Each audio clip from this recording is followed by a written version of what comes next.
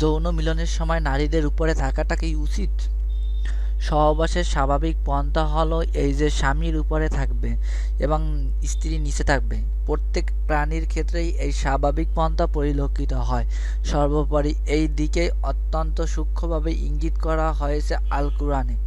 আয়াতের অর্থ হলো, যখন স্বামী স্ত্রীকে ঢেকে ফেলবে তখন স্ত্রীর ক্ষীণ গর্ভ সঞ্চার হয়ে গেল, আর স্ত্রী যখন নিচে থাকবে এবং স্বামী তার উপর হয়ে থাকবে তখন স্বামীর শরীর দ্বারা স্ত্রীর শরীর ঢেকে পড়বে।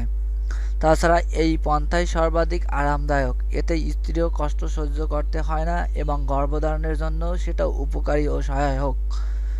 বিখ্যাত চিকিৎসা বিজ্ঞানী আবু আলী ইবনে সিনা তার অমর গ্রন্থ কানুন নামক বইয়ে এই পন্থাকে সর্বোত্তম পন্থা হিসাবে উল্লেখ করেছেন এবং স্বামী নিচে আর স্ত্রী উপরে থাকার পন্থাকে নিকৃষ্ট পন্থা বলেছেন, কেননা এতে পুল্লিঙ্গের বীর্য আটকে থেকে দুর্গন্ধযুক্ত হয়ে কষ্টের কারণ হয়ে দাঁড়ায়। তাই অবশ্যই আমাদের লক্ষ্য রাখতে হবে যে আনন্দঘন মুহূর্তটা পরবর্তীতে বেদনার কারণ হয়ে না দাঁড়ায়। যৌন মিলনের সময় নারীর উপরে থাকা অনেকের কাছে আনন্দদায়ক হলেও নতুন গবেষণা তথ্য অনুযায়ী এটি মারাত্মক ক্ষতির কারণ হতে পারে।